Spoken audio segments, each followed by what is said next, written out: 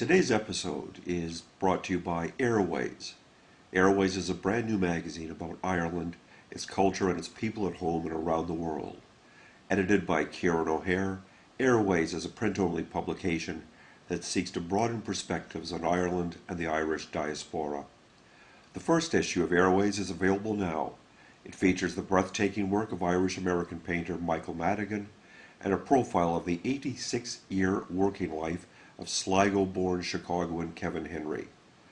Letterpress printer and artist Mary Plunkett shares her words, and images and Irish traditional music archive founder Nicholas Carolan explores his world of Irish music and song. Airways presents new work by acclaimed poet Terence Winch, Dublin short story writer Kevin Curran, an essay about travel and writing from acclaimed novelist Rob Doyle, and much more. Airways is printed on uncoated paper, featuring beautiful typography, gorgeous photography, and a stunning design inspired by the newest wave of independent magazine publishing around the world. You can visit www.airways.com to subscribe. Thank you to Airways for supporting this episode of Thoughts, Comments, Opinions. We'll be right back.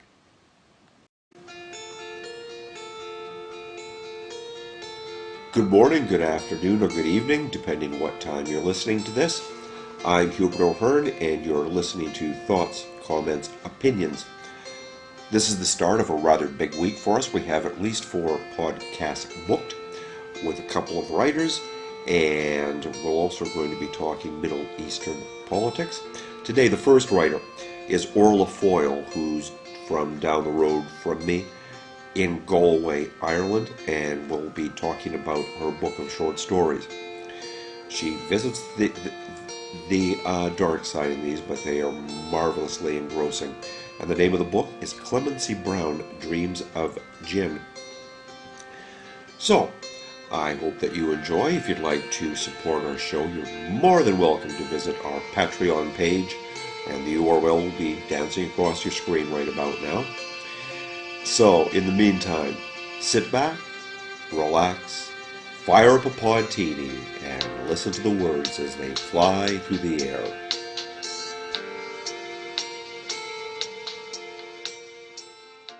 On the line, we have Orfhlaith Foyle from just up the road in Galway. Hello, Orla. How are you today? Hello, Hubert. I'm very well, thank you. And you? I'm not doing badly at all. That's good. I mentioned on the introduction that we originally had you booked to come on the show to talk about your writing last week. You had a car accident. How are you? Oh, I'm fine. It actually wasn't a car accident. It was. I was out walking my 3 dogs, and I walked them most of the time. But I was walking down by the roundabout down near enough our house, and my shoelaces got entangled, and I stumbled, and the dogs kept walking, so I slammed right face down onto the concrete footpath, and my wrist, I slammed onto my wrist as well, and I broke my wrist in 2 places, and I got a massive, what they all called in the hospital, a massive shiner of an eye, huge black eye, and I was very lucky. I could have lost the eye, and I'm now recuperating at home, and I've got a plate in my wrist because they had to put a plate in.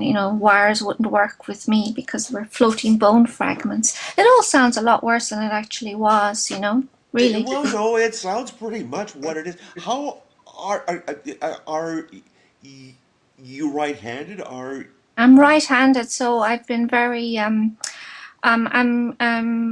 compensating with my left hand. I can't actually write at all with my right hand unless I crouch down, as I said to a friend of mine, like Quasimodo, and try and write. But that's bad, bad posture, bad everything. So I just type at my computer with my left hand, and I find it terribly actually no, I don't find it limiting. I think to myself, well, this is different, this is new, and my brain doesn't run on too far ahead because I've got very fast fingers, and I know where the letters all are in the keyboard, so I just keep going. So I did some work this morning and I was pleased about that, and it's okay. you know, I'll survive. I had this cast for another, I'd say maybe 2 to 4 weeks, and we'll see how it goes. I'll have to do all sorts of exercises. So, I'm curious to know, and I've never talked to anyone who's had this circumstance before, but because obviously you have to slow down and the whole right brain, left brain thing, mm, um, mm. are you finding that the output is it all different? You know? Um, um, I don't know actually because it's funny because I was working on something beforehand before I started, and it was quite forced because I didn't know what it was going or where it was going, and all in the back of my head I had this other idea mulling. And the funny thing is, ever since when I started yesterday actually, I had this idea at the beginning of a sentence and I typed it out in my left hand, and it ended up in a paragraph, and I read it and I thought, okay, I don't know where this is going, but it kind of sounds good. And so I kept working on it this morning. I think it would have been the same thing if I had my right hand, but how's the word? I was so invested in the previous work that I was doing that that I've been sort of afraid to leave it, even though I haven't been happy with it for a while. And then all of a sudden I break my wrist and I'm now writing with my left hand, and it's almost like I have a little bit of freedom, because I just thought, well, I have to make do with what I have, and I'll just go where this takes me. So I don't know if that answers your question properly, but in that way, it's different. It sort of freed me from from the stricture, or the constraint I was in with the other thing, that I had to finish it, that I had to be a good girl, a good writer, and finish this other thing. Even though I felt parts of it were good, I wasn't happy with it. Whereas with this piece that I'm working on now, I don't know where it'll go, and it might be just a story or it might be something longer. So we'll see. you know? Yeah. Yeah. Is that usual for you? Because writers in general have two kinds of processes, and it's not always the one thing, and not always the other either. But it's either um, very planned out, Mm. storylines, and drawing graphs and such, or it's very organic, where you might just start with a hint of an idea or a sentence or a character, and it flows from there. Which of the two camps are you generally in? Well, excuse me. With my first novel, because it was my first novel, and I did all the good things, like I'd been writing stories long before that, and I even wrote another novel before that, and a couple of them, but they never got anywhere. But I thought, well, this one, because I started writing something, um, I did a bit of a plan, and my plans are always mainly just questions. I ask myself questions all the time. Um, what happens to the main character, blah, blah, blah, who he, she meets, that's that sort of thing. And that worked with me, and I did sort of like, when I call them plot points, I just did a list of plot points, things that I thought would happen and what would happen because of that. But then and I did all of this before I found the voice of the main character in Belios. And once I found his voice, everything else went out the window. And even though I had all my plot points and ideas and questions written on little cards, they helped to a certain degree. But once the voice took over, I found, okay, I go with the voice. And I think you have to do at least for me, I have to do a certain amount of preparation, whether that's daydreaming or writing down questions, and finding out what the character really wants. That kind of thing. I admire people who can actually pinpoint plans and put them up on walls and look at them and say, oh yeah, I go from here and I go from there. I think that would be very nice. But I would find too that I would find it a bit limiting as well. I think I would then, to answer your question, be more in the organic line of things. But there's always nice to have a bit of a safety line that okay, this is the character, this is what he wants or she wants, this is how they hope to get it, and these are the other people they meet on the way. But then with short stories, it's either a first sentence or an idea, and sometimes you just sit down and you look at the idea and you think, okay, where does this go?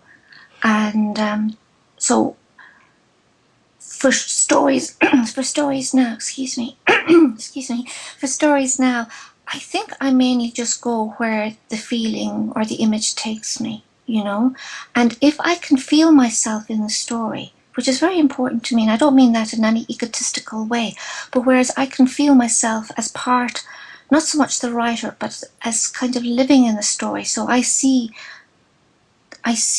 the kitchen table, or I see the mountain, and I can feel things, whether it's in a character's voice or whether it's in the story's voice, the narrate. As long as I can do that, then I know I'm on the right track, even though I might be still doubting it all the way until the very end. But as long as I have that, I feel okay. Yeah, there's something here. Whereas if I do it any other way, whatever I write, it might be good, it might be nice, but it feels shoved together. It feels strange. It feels manufactured. I agree with you. Yeah. I agree with you. Yeah. I know that a lot of the stuff I do in day-to-day life is web content writing and so forth. The pay the rent writing, and it's mechanical, and my head is anywhere but on what I'm doing. It's like, okay, fingers, you write this one. I'm going to stare out the window for a while. Now, short stories. Speaking of, so Clemency Brown Dreams of Gin is your most recent collection. What would you like to tell the listeners about the 14 stories? And I thoroughly love the book, and you go to some interesting places in them. Yeah. Well, I wrote those because I was starting as I was in a bit of a bind with my writing, as in, once you write a novel, people expect you to write another, and I'm a very much daydreamer when it comes to writing, and I very much have to let things settle inside of me before I, put pen to paper. I need to have a voice. I need to have an idea. I voice primarily, and so I was finding it very difficult. And I think I was trying to be a writer after I wrote my first novel, like trying to be really adult about it and write something quite grand, and that took me down hopeless places because that's not me. And so finally, I wrote this story called Husk one day because I'd been ruminating on the web, and I came across this rather gruesome story, and I gravitate towards things that are a bit scary and a bit horrible, because that's a part of humanity that frightens me, and so I have to look at what frightens me. It's a thing that I have. So I just read this story about on which Husk is this event on which Husk is loosely based on, and I wrote it, and I wrote it quite quickly, and this is after a long dry spell of trying to write and trying to be a writer again, and I remember going down, and I remember feeling sick afterwards and feeling quite emotional. And you often hear writers talk about how they cried after this book, after they wrote something. And I don't think I did. I cried at one point when I was finishing it because I felt for the character in it and the uselessness of her situation. Yeah. And I remember thinking, but I've written something, and I knew I'd written something, so I was really pleased about that.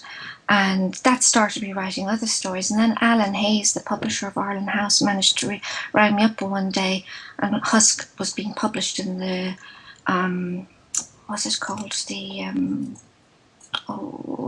And I know it. and Of course. The name is not the Dublin Review. The Dublin Review, and this was like a lovely, really good magazine to be. And I just thought, oh, this is great. Now I'm writing again. I found it a great validation of my work, And he said, well, do you have any more? And I said, I have a good few more. And he said, well, get them together and we'll see about it. And with Alan, once he decides to publish you, things move rather fast. And so I had all of these ideas, strange little notes that I'd written, and some that went nowhere, sorry. But then I started then writing, like the title story, Clemency Brown Dreams of Gin. Her name came from another story that went nowhere, but I loved the name and I loved the idea.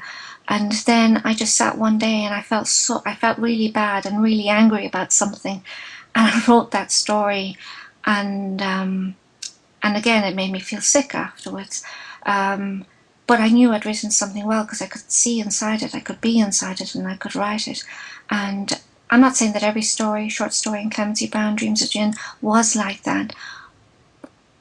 And sometimes when you write it, you think, is this real, what I'm writing? Does this mean something to me? And it does. That's how I write.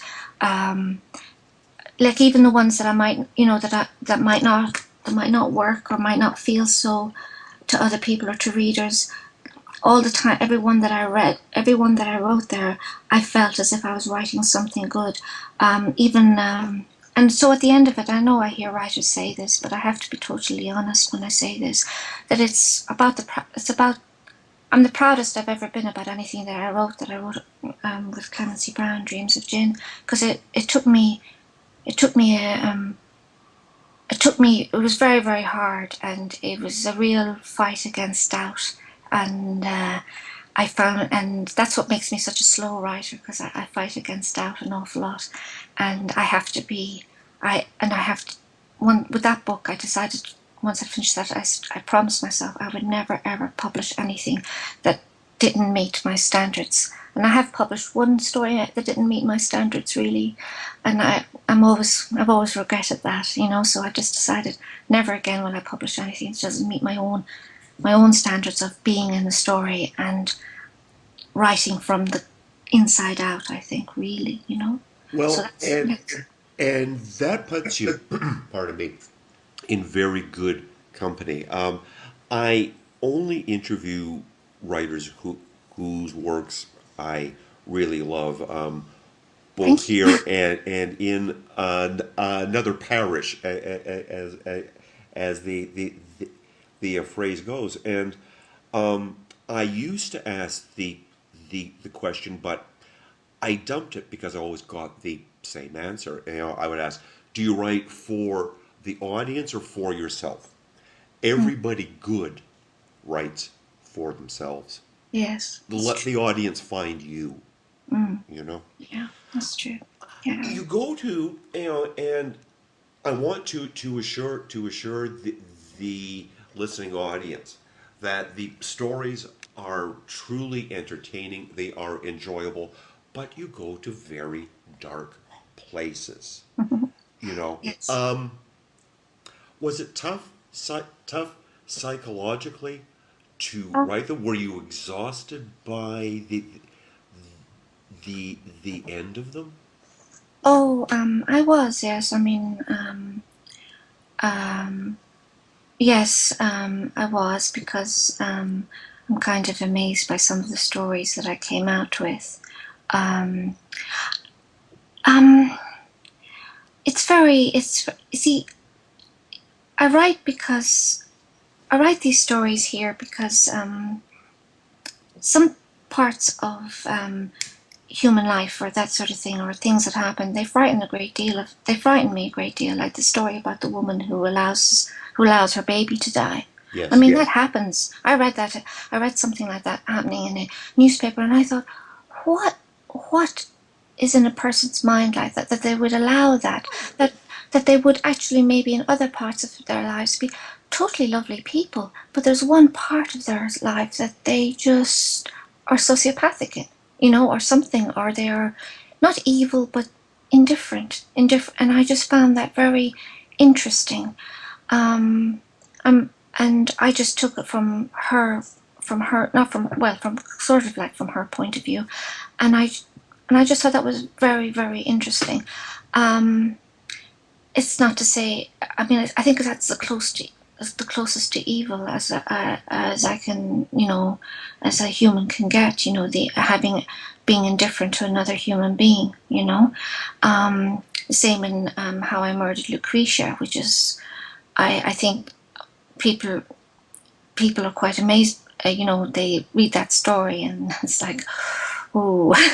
I've had people come up to me and say, your writing frightens me, and then you frighten me. Oh And dear. people, yeah, which was actually was a lovely woman who said it to me. She was giving me a great compliment, and in her next breath, and she said, "But that's she said, you remind me of the old. Your writing reminds me of the old age fairy tales that were there really as warnings about life, And I've had other people come up to me, and I remember at one reading, I think actually it was at court, my sister was telling me that she was approached by this couple. Now, they didn't know, and they were just talking about my writing. And I was reading with Rivka Galchin and Donald Antrim. And this couple, just on the happenstance, started talking to my sister. And I said, oh, yeah, they said, I wonder about me. I wonder, has she got any mental problems? Oh, jeez. And my sister turned around and she said, she's my sister. And then she called me over and introduced them to me. So I think she more or less chastised them in that way. But it's just, yeah, you have people come up to you. People are very, at reading, I'm quite amazed at how they think they can ask a writer anything, because I suppose they feel, well, you're writing about this dark stuff, and so you write about it and it gets published. You'll have to expect the likes of me, as in this person who asks you this question. You'll have to expect the likes of them to come up and ask you these questions. But it does throw you sometimes, because and when I finished the book, I remember saying to Alan, it is very dark. And he said, yeah, but that's life. And right. I can remember other writers saying to me, oh, your work is very, very dark. And as if that kind of puts you into some sort of like just on the outside of kind of the more, the one you have on the, makes you a bit of an outlander or something, in the writing world. I don't know. It's not horror really, but it's, you write dark, therefore and you're female, so woo, and you what or whom does she have buried in the basement? Yeah. Yeah, or like, what is she like really, So you do get that kind of thing. So, you just weather it, Oh, indeed. Yeah. And everyone has the thoughts, like you see a news story as you did about a woman, who allows her baby to starve to a death. And we all wonder in that moment, what were the chain of events that would lead somebody to do that? But being a writer, you actually express and know how to express it well, what that hypothetical chain of events might be. So you're really answering the questions that everybody has, but you're the one who actually dares to answer them, Yeah, well, try to. And then again, I always think too, as a writer, like when I'm writing, I say to myself, it is important that's why I was saying to you, it's important to be in the story as a writer, whether you're doing through first person or third person, which I think first person is more mine, but I like third person too. Again, you have to get a voice, you have to get a rhythm, Um, but I remember it was just like, sorry, my dog, one of my dogs are at my feet and he's, I have mine on my lap, so I'm interviewing her. Or rather, no, I'm not interviewing her. I'm interviewing you. I'm scratching her head, yeah. juggling a laptop and coffee. It's a high tech production, Oral. But I'm just thinking, I was just thinking when you're writing, like I always tell myself, it's not important to answer questions, but it's important to show the mind. And even if the mind of the character doesn't understand itself, it's important to show how the character's mind thinks, and to show the world through the character's mind, because you don't you don't explain the character, but you show the character. You So the reader can actually, for like whatever it is, 4 pages, 5 pages, or what, 250, can actually exist in another life, and Yes. it mightn't be one that they like, but something about that life draws them, and it gives them a chance to see. I always find it really difficult. I always think it's such a difficult thing, writing, in some ways, because it's difficult to look at it, fiction writing in particular, because why make up stories? Um, there's no real reason to do it. There are plenty of other things in the world to be doing that would be, perhaps in a practical sense, vastly more important. Um, and it amazes me, and sometimes it amazes me and bewilders me that we still do this. And I'm thankful that I do it, because I'm always questioning it, and I think that's a good thing. Um, and it's this whole thing that we have of wanting stories, wanting to be told who we are and what we are, and I think that's what makes me always want to write. That, and the fact that the world terrifies me sometimes, and and I find if I write about it, it's easier to face. Truly, Yeah, truly, and one of the things I loved about your stories is that you don't sum people up in neat packages, because we're mm, all all lives are novels that never have the end written, until yeah, we're in a box. I mean, we're all works in progress, and all your characters are that. And whether the story is 2 pages or 14 pages or whatever, you don't neatly sum them up like a dime store paperback mm, mystery, and I really like that mm. about them. Thank Um, you. the other thing is that not only dark places, but you take us to all kinds of interesting places around the world. I gather that um, you you've lived around the world. I write that you were born. What was it, in Australia? Oh no, I was born in Nigeria. My Sorry. parents were teachers, but I lived in Australia, and Ah, I'm an Australian citizen, and as well as an Irish one, and haven't been back there for a while. But my next piece of work is actually based in Australia, so you never know. I might get a chance to wing over there someday if somebody will give me nice money. Because have as a Grant will writer, I'm travel. poverty stricken. But no, yes, my dad's a bit of an explorer now. He's back home in Ireland now, and my mother was an explorer as well. I say that because that's what they were. They always wanted to go out and go to other places. My mother originally wanted to go to China, but she didn't, and but she's always been really interested in East, and I get that from her. And Russia, she loved. But we did. We were in Russia with my father and I for a while, and that was quite something, because it was snow, and I was dying to see troikas. No, there was hardly any snow, so there were no troikas, and all I wanted was to be bundled up in furs and whisked across the steppes in a troika. That didn't happen, and but we ended up in the hairdressers, and Dad was kind of making money deals in the background, and all this sort of thing, and it was just very interesting. And you got to see things, and it was very, and we stuck out like sore thumbs. You still do, because you're easily recognizable for some reason of being Western. I don't know what it is, but it's there. And I visited France just because one of my sisters was studying there, and I've travelled to Spain for a little while, and I like travel. Irish life though is lovely too, and it's getting more cosmopolitan, I suppose, and so I enjoy it. But that's not to say that I won't move again. But I don't know. I'd have to have a reason. So I think it's important.